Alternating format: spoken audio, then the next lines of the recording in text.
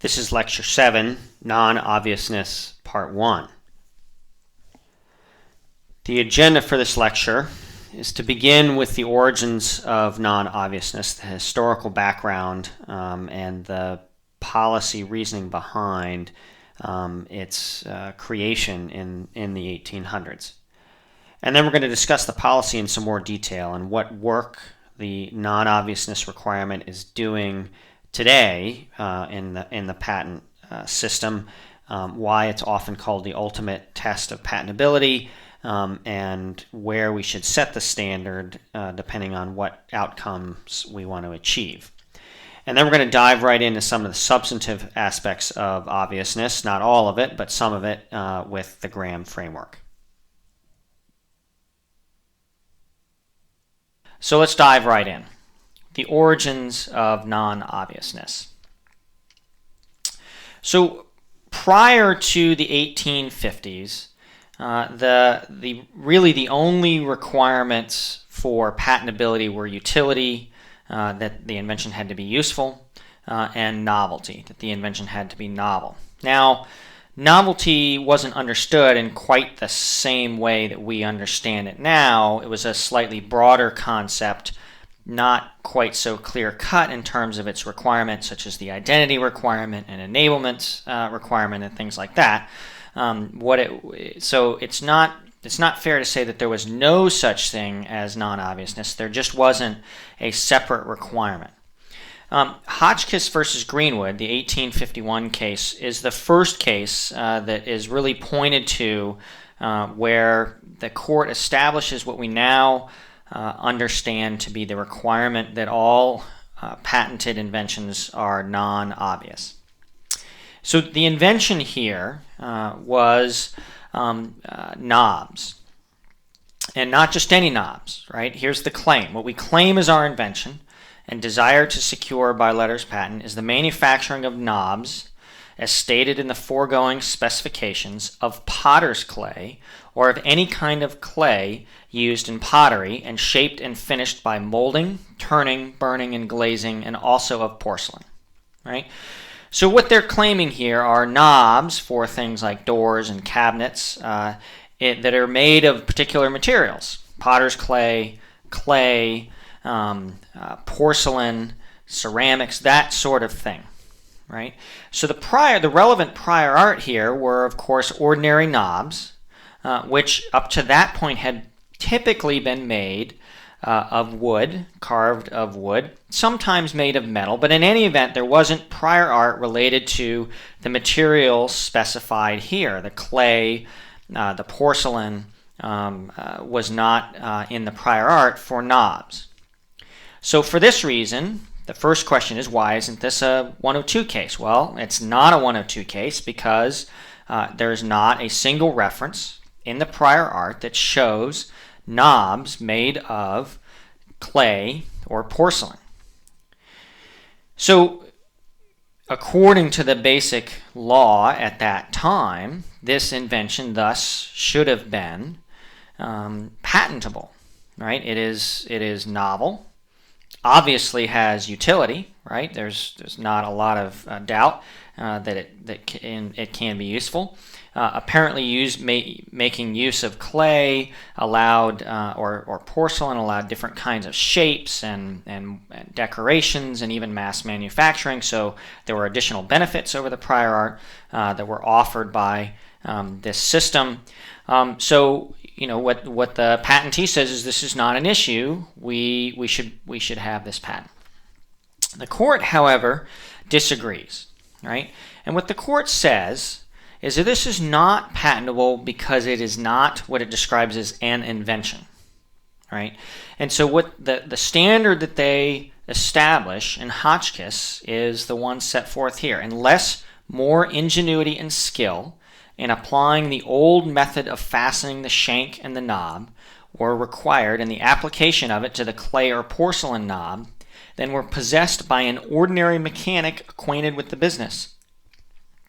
There was an absence of that degree of skill and ingenuity which constitute the essential elements of every invention. In other words, the improvement is the work of the skillful mechanic, not the inventor.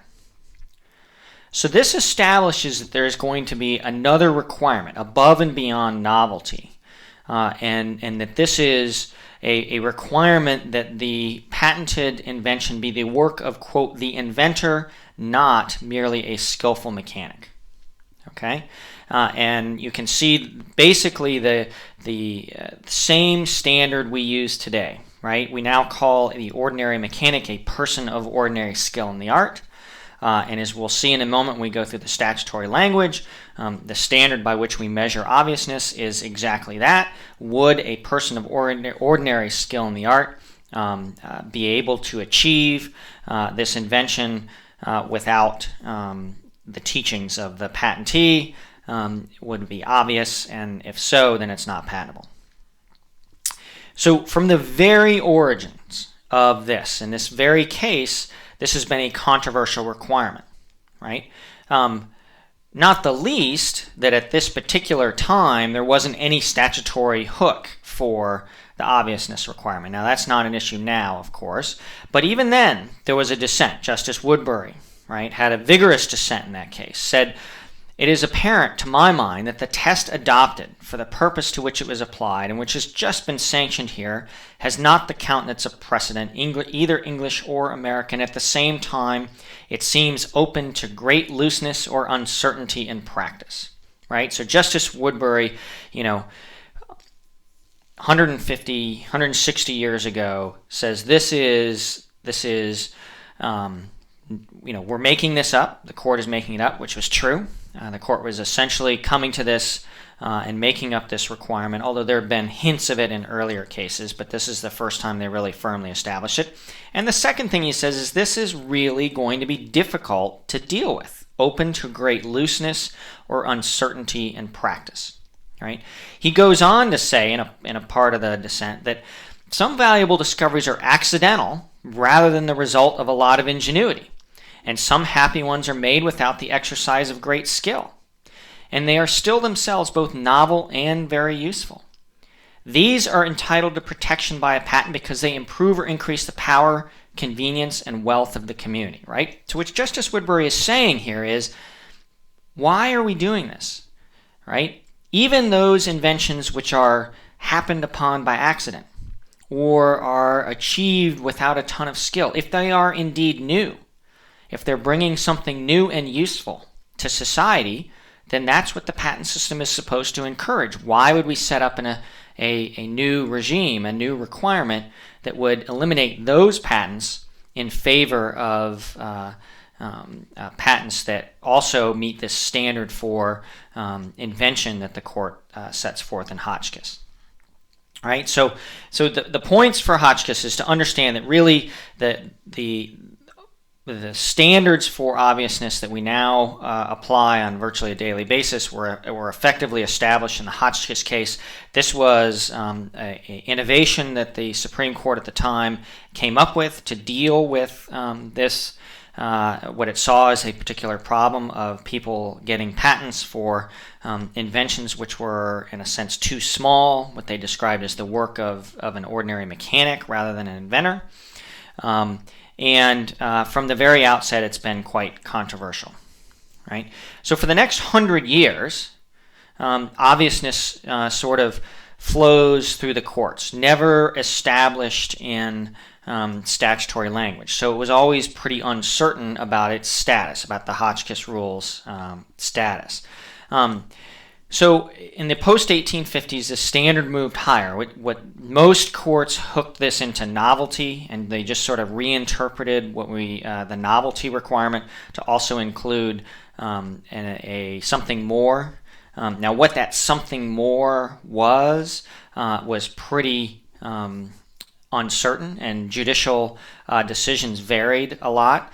And the courts were all over the map in a variety of ways, leading to statements such as this in the Air King Products case, where the invention standard, by which is meant this idea of a heightened standard of invention, is as fugitive impalpable, wayward, and vague a phantom as exists in the whole paraphernalia of legal concepts. If there be an issue more troublesome or more apt for litigation than this, then we are not aware of it. Right? So the courts were driving this all during this 100 years after Hotchkiss.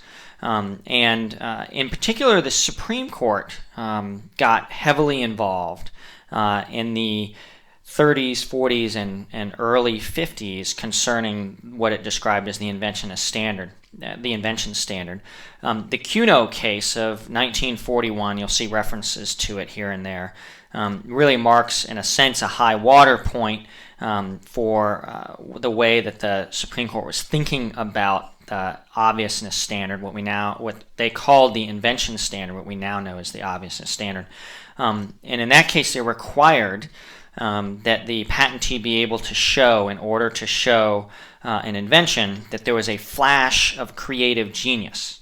Right? That the test, the court thought, was not that it was, highly skillful work or very innovative, but it had to show a flash of genius, a flash of creative genius test.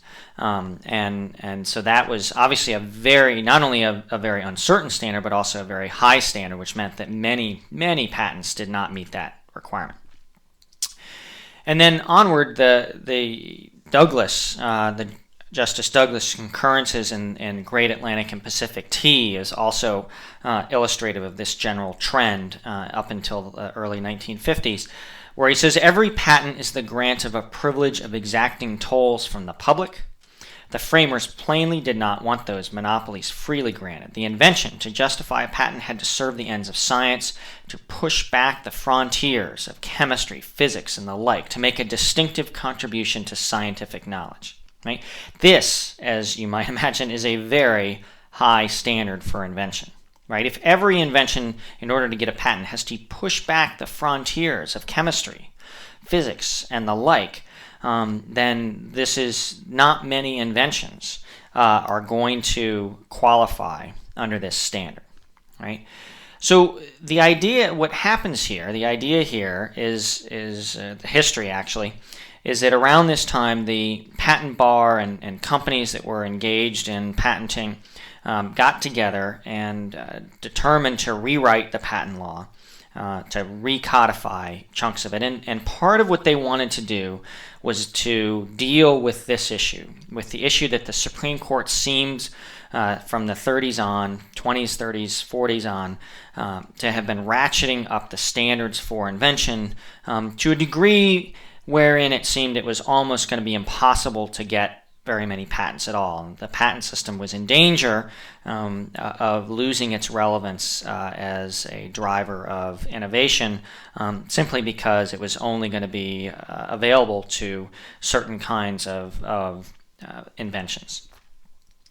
So the 1952 Patent Act, just to sort of preface what we're going to go into next, was enacted, and in part of that, perhaps the most important part, was the codification of a non-obviousness requirement, which now is what we use today. But let's talk about policy here for a minute, right? So the statutes are here, right? On the left is the current 103, and the new 103 is coming on in March.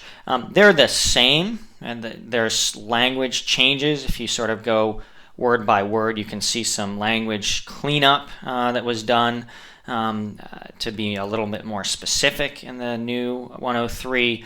The other real important change is the dates. Again, the same theme we've seen throughout with the American Invents Act, which is a change of dates from invention date to effective filing date in terms of the critical date for measuring prior art. So under the current act, the analysis for obviousness is at the time the invention was made, and under the new act, it is the effective filing date is the relevant piece for how you evaluate obviousness.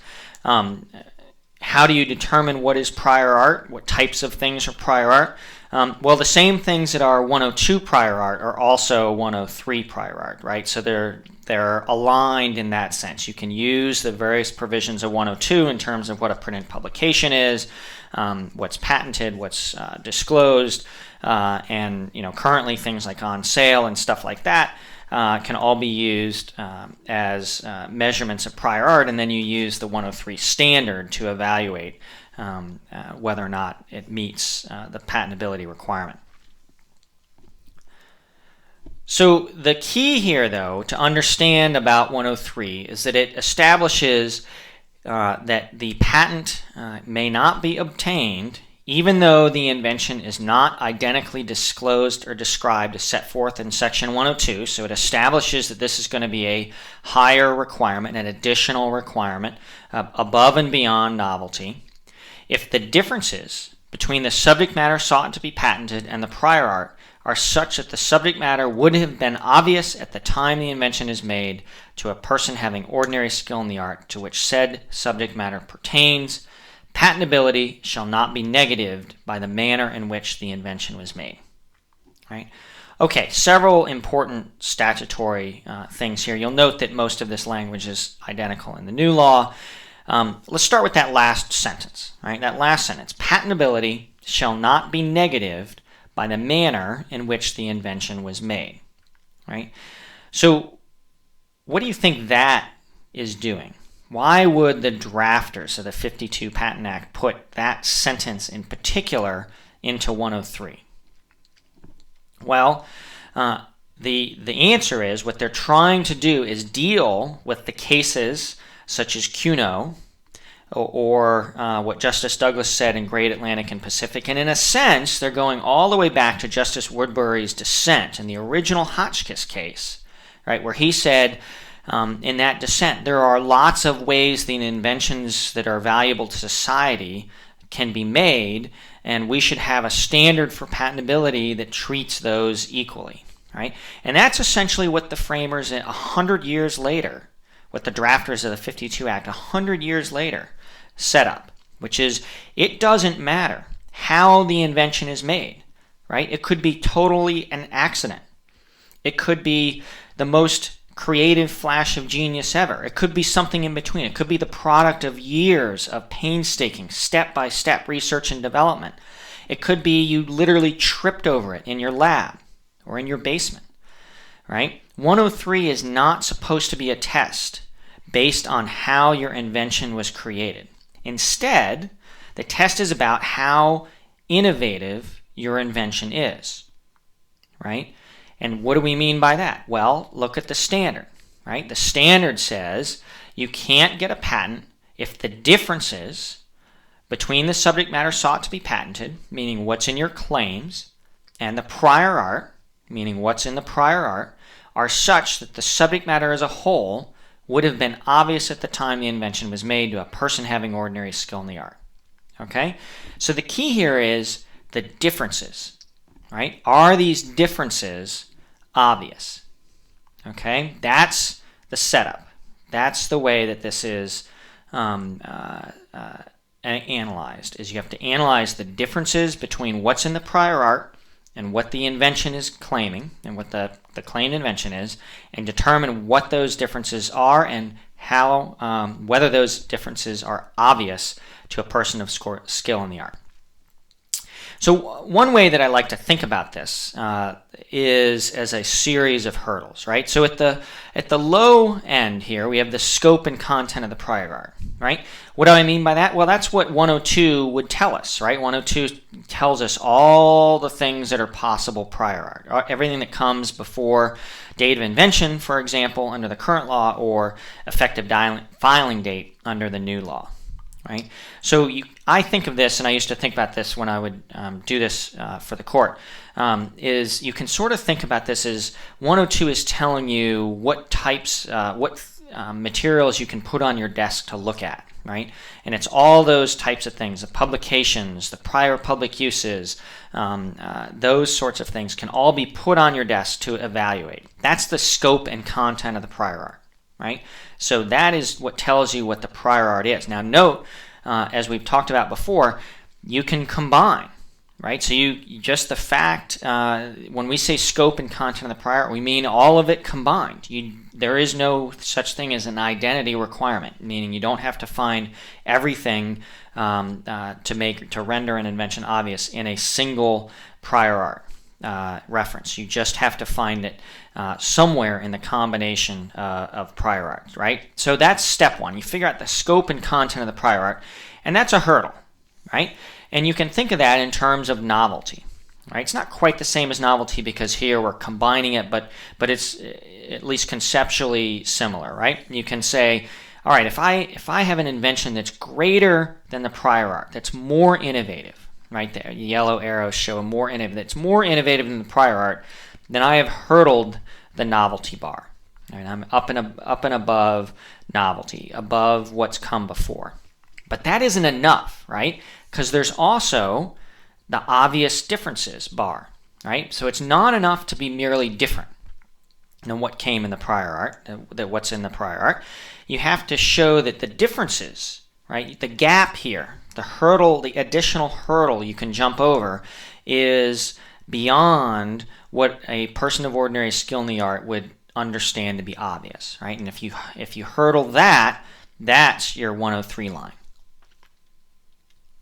Right? So you can almost think of 102 and 103 as two hurdles, a low hurdle and a high hurdle, right? So one policy question is, why would we want to have 102, right? If we already have 103, when we have 103, doesn't 103 swallow all of the 102 provisions in any event, right? I mean, it wouldn't, something that's found in a single prior art reference identically disclosed render an invention obvious as well as non-novel? And the answer is almost certainly yes, it would. On the other hand, 102 still has a couple of important aspects, even under this sort of theory.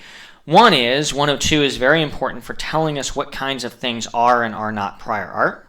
All right, so lots of what we talked about with respect to section 102 in our prior classes was not so much the evaluation of anticipation, right, but indeed trying to figure out what types of things fit into this category of stuff we call prior art as defined by the various sections of 102, right? So 102 still plays a really important role as a gatekeeper for what types of prior art can be reviewed, okay?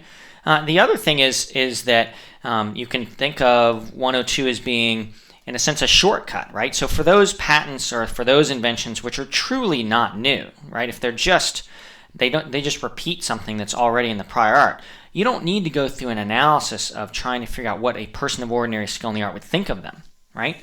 You don't even need to ask whether a person of ordinary skill in the art would even think of them, because they would. And therefore they're invalid under section 102, right? So the more difficult, more complicated analyses can be left for those cases where it's above that 102 line, into that yellow box is where the 103 standard really takes effect. So consider a few more policy cases, right? So here's one, the top one, right? Novelty and utility, you might argue, are the only key patentability screens. Whether an invention is truly important will be and should be determined by the market. So there's little or no need for a non-obviousness requirement, right? This sort of harkens back to Justice Woodbury saying we shouldn't care so much about how advanced inventions are. If they meet the basic requirement of being new, meaning it's not going to take anything away from the public domain, then go ahead, let the patentee have his or her patent. And if it's not a very good invention, meaning it's not very innovative, it doesn't advance the ball very far, that's fine. That just means that the amount of reward that the patentee will obtain for that will be correspondingly small, right? So that's an argument, right? That's an argument that maybe we don't really need a non-obviousness requirement, or if we do have a non-obviousness requirement, we don't need to make it a very robust one, because the market itself will screen for invention quality in a way that might be better in the sense of more objective, more based on societal benefits than the obviousness legal standard would. So, as you can imagine, that's not the policy that we currently follow, although I think that's at the core of a lot of debates about what standard for obviousness we should have, right? So if you think that this kind of statement, this top statement is true, you are probably in favor of a lower requirement for obviousness, meaning more things would be patentable. If you don't think that's right, if you think there is an important role for non-obviousness, then you're probably in favor of a higher, a tighter non-obviousness requirement. Right? So another statement, non-obviousness is necessary to protect and enhance the incentives created by the system. How does this work? Right? So the key to thinking about this, right, is that one of the benefits of non-obviousness is that it screens out a lot of trivial inventions, right? And by doing so, it creates a number of important incentives, right? One is it encourages, and this goes to the statement at the bottom of that list, it encourages inventors to opt for more risky research as opposed to less risky research, right? We're only going to give patents for research that yields non-obvious inventions, meaning inventions that clear a higher hurdle than merely being new. Therefore, merely being new is not enough in terms of your ability to get a patent and therefore some sort of payoff from your research and development. Right? So it's going to encourage, in theory, inventors to push harder, to aim higher, to undertake bigger projects, more risky projects perhaps. Right? The other thing that's important is that by screening, it's going to reduce the numbers of patents that are actually granted. Right? We are not going to give patents for small, trivial inventions that can be made quickly, easily, without a lot of thought or skill. Right? That's the idea. And because of that, it's going to make all patents more valuable. Right? Because that means if you've actually obtained a patent, you've really done something. Right? You have crossed the higher hurdle, and therefore you are better off. Right? Because you're among a more select group. There are fewer patents out there. The patents that are out there are potentially more valuable and more representative of doing something real. Okay? Let's look at the next statement. Non-obviousness is necessary to bring the private and social costs of patents into balance. Okay? So patents, when we give out patents, they obviously cost society something, right? What do they cost society? Well, we're going to pay higher prices for patented goods because the patentee, as you will recall from early on in the semester, is going to be able to price higher than marginal cost than they would in the absence of patents. So that's a cost. There's administrative costs. To the extent there's more patents out there causing uncertainty for competitors, there's going to be sort of uncertainty costs. So there's a fair amount of costs associated with patents, cost to society. Right? So what we want to do is make sure that whenever we give a patent, that the private actor who's obtaining the patent, the patentee, has borne her share of costs as well, right? We want to make it hard, right? We want to make it hard, expensive, costly, time-consuming, potentially risky to get a patent because giving out these patents costs us money, right? Costs society money, and therefore having a non-obviousness standard, a heightened standard that only allows for patenting when things are advanced, when they move the ball down the field fairly far, that's going to be important because then that means that the people who are getting these patents have undergone significant costs. And then finally, non-obviousness is needed to spur inventors to undertake risky research. This we talked about a couple minutes ago. The idea here is if we're only going to give patents for advanced inventions, right, inventions that require real pushing of the boundaries, then that should encourage people to do more of those relatively than the more simple, trivial inventions that we aren't as interested in. Right? So these are the reasons that you might think that we would have an obviousness requirement. Now, this doesn't answer the question about, how high this standard should be, right? And it also doesn't answer the question about how we should actually administer this, right? How we should actually work through the requirements for obviousness, and we'll go into that a little more, right? I had you look briefly at this paper by Rob Merges called Uncertainty and Standard of Patentability. The basic idea here is that he says a few things, right? The patent system should only be concerned about the marginal inventor. What does he mean by that? Well, you can sort of divide people who might be inventors into three categories, right? On the one hand, you have a group of people that are going to invent almost no matter what, right? Either they might be bench scientists in a university where it's their job and they get sort of other benefits to invention beyond sort of pure financial benefits. People might be just curious and interested. There might be other ways that they are financially compensated for invention. And so the patent system to these people doesn't really matter very much. They're going to do invention no matter what. At the other end of the spectrum is a group of people who just aren't going to do invention. Right? They're either not technically capable of it, they don't see the point, they don't have the resources, whatever, and there just isn't a lot you can do to move them into the category of inventors, right? So some people aren't going to be inventors. In the middle, you have a group of people who are what we would describe as marginal inventors, right? These people could go either way, right? If the price is right, the incentives are right, they're going to invent. If it's not, then they're probably not going to invent. They're going to do something else, right? And what Merges says is those are the people that we can hope to work with the patent system, right? We really shouldn't concern ourselves with trying to deal with people at either end of the spectrum, people who are already going to invent or aren't going to invent no matter what. Instead, work on the marginal inventor and try and increase the marginal benefits of invention, right?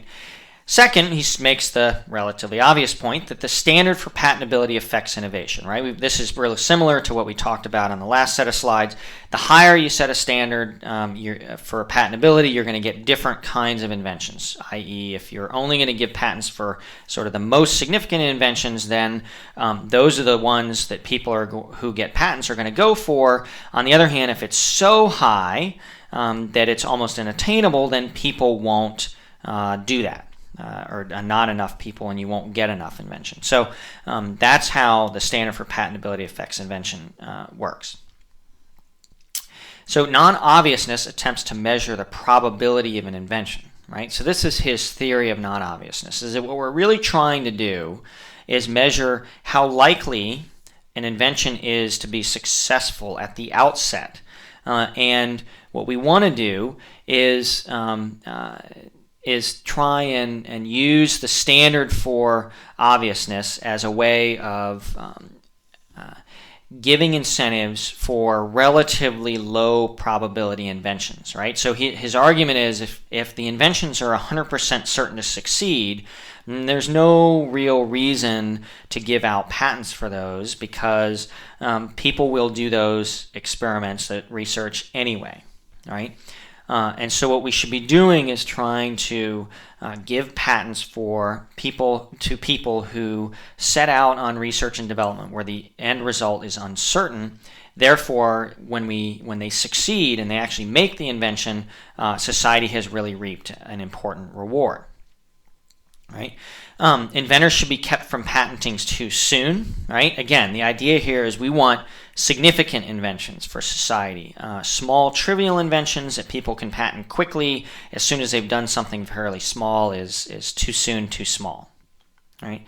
The patent system overall should induce marginal inventors to pursue more risky research. Right? This is sort of his bottom line. He says this is what we should try and do. We should try and design a system that induces people who are, indifferent as to invention to not only engage in invention, but to engage in more risky type of invention research than they would otherwise, right? And he has a number of probability diagrams to try and illustrate his point, right? So if you haven't seen these before, the way that these are sort of decision tree diagrams, probability diagrams, you start with at the right here, and you decide that, all right, if I make an invention, I'm going to get $1,000 if it's a successful experiment. If my experiment fails, then it's unsuccessful. Okay, and then there's decision points all along, and then you set up sort of what the ratios are. And here he has a 56% ratio once you engage in a promising experiment. Just over half the time, let's just say that, just over half the time that will result in a successful invention, and therefore I'll get $1,000, right? That means the expected value of a promising experiment is $560. Okay? If I'm going to get $1,000 if it's successful, and 0 if it's unsuccessful, right? Okay, so now let's say that it's 50-50 when I start on my experiment as to whether it's going to be a promising experiment or a non-promising experiment, right?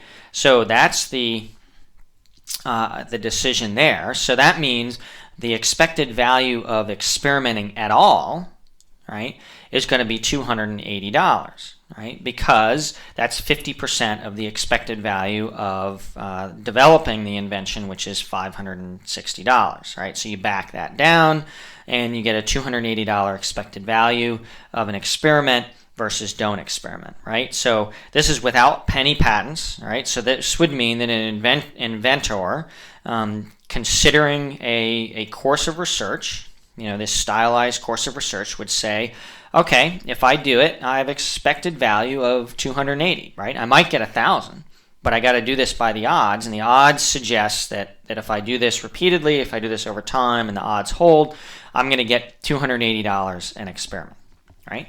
So then he goes on to say, well, how about we add in the effect of patents, right?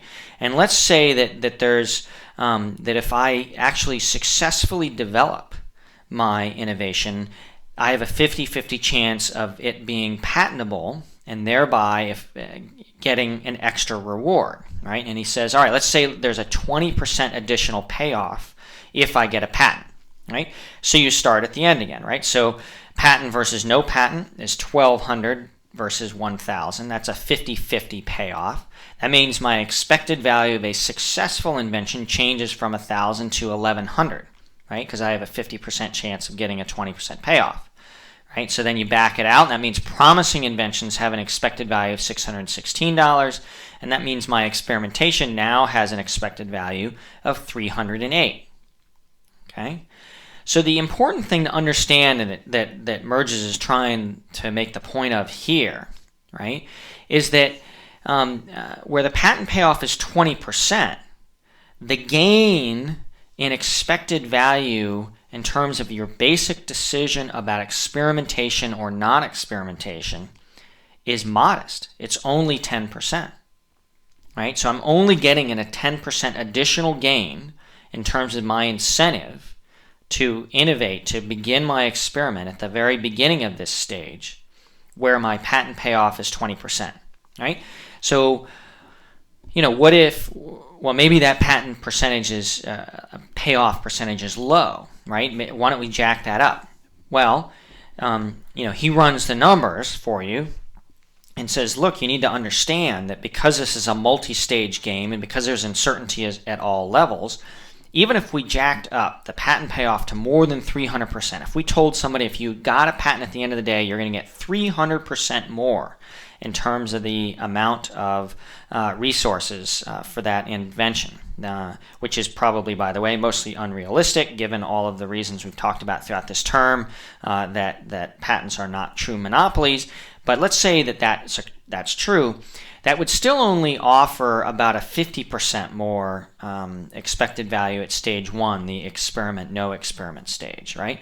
So Merge's points are that really patents add only fairly modestly to the overall incentives, right? I mean, we talk about patents a lot in terms of how important they are to incentives, and they're important, but they're important to the marginal inventor, right? So it's really about the marginal inventor more than people who are either going to invent for sure or people who just aren't going to invent no matter what. right? And the marginal increase in incentives is likely to be more for developmental decisions than for experimental decisions, right? So this goes back to this chart, and you can note that there's more of a payoff to these patents the further to the right on this diagram you go, right? I mean, the payoff is going to be more significant at that point than at a later development decision. So patents might be actually more useful, have more impact, not so much earliest stage of experimentation, but more when people are trying to decide, should I invest in a factory to manufacture these, or should I invest extra a couple $1 million to make this a real commercializable product instead of merely a promise convention. That is probably where a patent incentive has more bite rather than the earlier stages of experimentation, right? So what he says is the incentives are low, so we should generally deny patents, especially where the probability of success for the research is relatively high, right? So this is, his view is we should take a modest view of what patents can do, and because patents incur significant costs, we shouldn't worry that by denying patents we're really doing too much to the incentive structure, because they don't really add all that much to incentive structures. All right? And his argument is that the law generally tries to reflect this analysis, right? So we measure obviousness by technical difficulty, which is used, he says, as a proxy for uncertainty of success, right? That means the more technically difficult, the more non-obvious your invention is, to use the statutory language, then that is a more technically difficult experiment that yielded that invention, right? So his argument is we are using technical difficulty in our obviousness requirement, right? And it denies patents where a person of skill in the art could go ahead and make an invention from the scope and content of the prior art, right? It says, that's what he argues the obviousness standard is really about, is that we don't give patents for things that the patentee could have done using the content of the prior art and the patentee's and the person of ordinary skill in the art's understanding of that. Right? He does argue that the standard should be lowered for high-cost research, right? So what he says here is that risk, right, the risk of invention can take two forms. One can be what we would understand as technical risk, right? That if I do this experiment, the likelihood of it actually working is small because the technical challenges are severe. On the other hand, he says another form of risk is monetary risk, and certain types of inventions take a lot of capital in order to run. And he thinks that we should consider both of these analyses when we're considering our non-obviousness requirement, right? That both of these risky types both of these types of risk should be factored in. The law doesn't really reflect that. There's really no part of the obviousness requirement that evaluates the cost of doing the research and development, except to the extent it sort of backs into whether a person of ordinary skill in the art would find this invention to be obvious. Really what we're doing most of the time, at least in the terms of the black letter law, is asking about technical challenges, right? We're asking whether a person of skill in the art, understanding the scope and content of the prior art, would find the invention obvious, and we're going from there. I think Merge's argument is good, and it's an important point, but it's really not one that's reflected too deeply in the law, right? So the other way that you can think of is that non-obviousness can also fit with one of our theories of the patent system in terms of enhancing disclosure, right? By forcing people to swing for the fences, in a sense, try hard to make big inventions. We are, in a sense, encouraging the disclosure of a lot of new information, right? New, non-duplicative information that really, because it's non-obvious, is going to add to the scope and content of the world's knowledge. And therefore, this is one way of thinking about the way that the patent system can be justified, is that because we set a relatively high bar for invention, we are encouraging the disclosure of high-quality types of invention, types of information that would be above and beyond what a person of skill in the art would understand. All right, so that's the basic policy, and we'll get we'll do more policies as we go through, but those are the ideas for why we have an obviousness requirement. So let's talk about the Graham framework, right? So we've already looked at the statute, right? And the statute says the key is the differences between the claimed invention and the scope and the content of the prior art, and whether those differences are obvious, right? It still leaves something of a vacuum, right? I mean, how are the courts supposed to analyze this 103 standard? That is an important question, and one that was not answered until Graham versus John Deere in 1966. Right? This is the first Supreme Court case to apply Section 103 of the 1952 Patent Act. So Graham versus John Deere, before they even begin to analyze the case, sets out what we now understand to be the Graham framework for obviousness, and here it is. Right? The ultimate question of patent validity is one of law. The 103 condition, which is but one of three conditions, each of which must be satisfied, lends itself to several basic factual inquiries. Right? Which of the three conditions? Well, we typically think of utility, novelty, and non-obviousness. To that, in our modern parlance, I think we'd add 112 disclosure requirements as well, and really think of it as four major requirements. But at that time, they weren't thinking so much about disclosure. So they say the 103 condition lends itself to several basic factual inquiries. Under Section 103, the scope and content of the prior art are to be determined, the differences between the prior art and the claims at issue are to be ascertained, and the level of ordinary skill in the art is resolved. Against this background, the obviousness or non-obviousness of the subject matter is determined. Such secondary considerations as commercial success, long felt but unsolved needs, failure of others, etc., might be utilized to give light to the circumstances surrounding the origin of the subject matter sought to be patented. As indicia of obviousness, or non-obviousness, these inquiries may have relevancy. So this is the standard, right? This is the Graham framework. The ultimate question is one of law, right? What does that mean? Well, it means at the end of the day, judges get to decide questions of obviousness, right? The analysis requires three underlying factual findings: the scope and content of the prior art, the differences between the prior art and the invention, and the level of ordinary skill in the pertinent art. And then secondary considerations have relevance, the court says. Right? So that's the Graham framework, right? The underlying factual findings, the ultimate conclusion is then one for the court, and then secondary considerations have relevance. So let's look at the Graham versus John Deere case itself, right? So the patented issue is at the top here, and the prior art is at the bottom, right? So the invention here was this new type of system for fastening the shank of a plow to a hinge plate, right? And the idea here was basically, you can see what the differences are. So let's run through our analysis right here. So what is the scope and content of the prior art? Well, for our purposes here, the scope and content of the prior art is shown right there at the bottom half of the page, right? That's the scope and content of the prior art. All right, so that's factual analysis number one. Second, what are the differences between the prior art and the patented issue? Well, you can see the diagram has highlighted what the differences are. They have flipped the shank attachment from the top of the hinge plate to the bottom of the hinge plate. And the idea is that allows somewhat more flexing of the shank away from the hinge plate during use, when there's an upward force applied to the shank as the plow gets dragged through the fields. Right?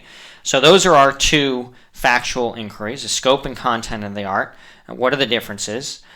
What's a person of ordinary skill in the art? Well, here this is probably a person with experience in mechanical engineering and perhaps designing plow implements. And so those are our three factual inquiries. And now it's left to the court to determine whether or not, in light of the three factual inquiries, this is a obvious invention or non-obvious invention. So the court decides in Graham versus John Deere that this is obvious. Right? The court did not believe that the flexing feature was particularly significant. and that therefore it was not non-obvious to simply flip the hinge plate attachment from the top, or the shank attachment from the top of the hinge plate to the bottom, and therefore it was an obviousness invention. Right? So one of the things I'd like you to think about as you're looking at this case and reading it is, do you get a sense of, do you agree with the court that this is not a significant innovation, and that this additional claimed feature is not particularly significant and therefore not non-obvious?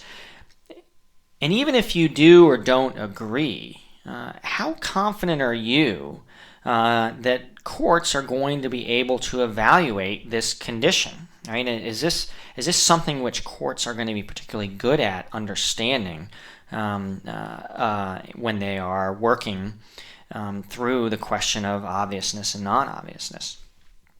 And how are courts supposed to determine whether features are significant? And what do we mean by significant? Is it technically significant? Well, we don't really know how technically significant this is in this case. The patentee argues that this is very significant because it can reduce the breakage of shanks in real-world use.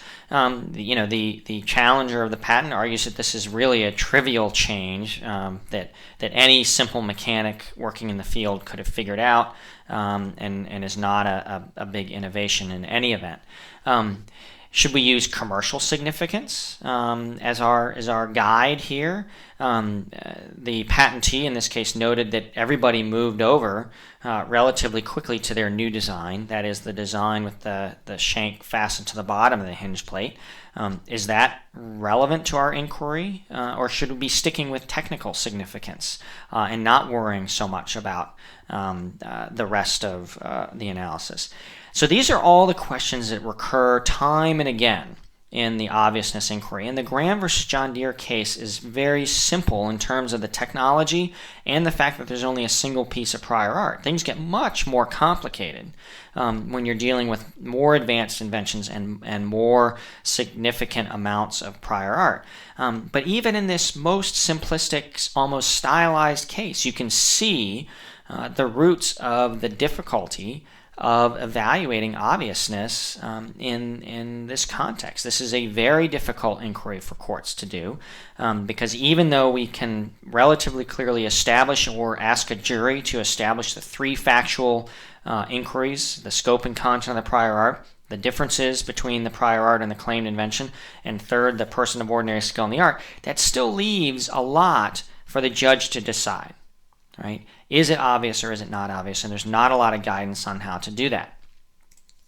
A case that comes up every now and again, I think it's in the notes here, is the U.S. versus Adams case. I always like to teach this case because it also reveals something important about how to think about inventions. Right? So the invention here is a lead acid battery. This was made around World War II. The idea of this invention was you could add water, ordinary water, to the chamber of the battery, and it would create the electrical power that was needed then for the battery. Right. So the backstory of this is that Adams, the inventor, presented this to the U.S. Army during World War II as a possible battery for use. The Army's technical division turned it down and said it was ridiculous and unlikely to work and probably going to be dangerous and had no chance of success technically. And then later on in the war, they figured out that indeed it did work very well, and they started using it. And so Adams sues and argues he should get money. Right? So the court here notes that all the elements of the Adams battery were present in the prior art. Right? There are no elements here in what Adams did. The lead is in the prior art. The idea, the water is obviously in the prior art. All of these basic elements exist in the prior art. Not all in a single reference, obviously, or it wouldn't be novel, but in different references. But everybody sort of this was known, right? Not this invention specifically, but the combination of elements was out there, right? And the court decides this is a non-obvious invention, right? Despite the fact that each of the elements of the Adams battery was well known in the prior art, to combine them as did Adams required that a person reasonably skilled in the prior art must ignore that batteries which continued to operate on an open circuit and which heated in normal use were not practical, and 2, that water-activated batteries are successful only when combined with electrolytes detrimental to the use of magnesium. These long-accepted factors, when taken together, would, we believe, deter any investigation into such a combination as is used by Adams. Right? So this points out an important point into understanding the way that we evaluate obviousness. That if we're trying to determine the technical difficulty or the technical innovation of an invention, it's important to evaluate not only the pure disclosures of what the prior art is, but also the thoughts, the teachings, the understandings of people of skill in the art at the relevant time, here the date of invention. And the court here in Adams is pointing out that at the time that Adams engaged in this invention, the prior art basically told him it was going to fail, right? And that even though the elements were known, the idea of putting them together was known to be a failure, or was hypothesized to be a failure. And the court thinks that this is quite significant, because that meant that Adams was really undertaking, and this goes back to merges a little bit, risky research. Right? When Adams started down this road of experimenting with these wet batteries, with the electrolytes, with an open circuit that did not be needed to kept cold, he was really fighting the then known state of the art, and that, the court says, is exactly the types of inventions for which we should be giving patents. We want to encourage people to explore new boundaries, come up with new ideas, challenge the prior art, give people patents for this type of thing, right? So this is the idea of the teachings or suggestions of the art, and you'll sometimes see this described as a case of teaching away. The other thing that was important in the Adams case is what might be understood to be secondary considerations, right? You will remember from the discussion of the Graham framework, right, that the secondary considerations, this is about halfway down, such as commercial success, long felt but unsolved needs, failure of others might be utilized to give light to the circumstances surrounding the origin of the subject matter sought to be patented as indicia of obviousness or non-obviousness. These inquiries may have relevancy. Okay? So secondary considerations. Here, the Adams case had very substantial secondary considerations in that people had been trying to come up with these batteries for a long time. They had all failed, right? There was great skepticism in the field about whether Adams was going to make this work, and and indeed, once people realized what he had done, the industry, the battery industry, very quickly moved over to his design, meaning even though he apparently didn't get much money for it, it was very commercially successful as a design. So all of those, although they're not really part of the three factual inquiries, the court in Graham did say that these could be important to the overall analysis of non-obviousness, and indeed in this case there were very strong indications of the invention's non-obviousness based on these secondary considerations.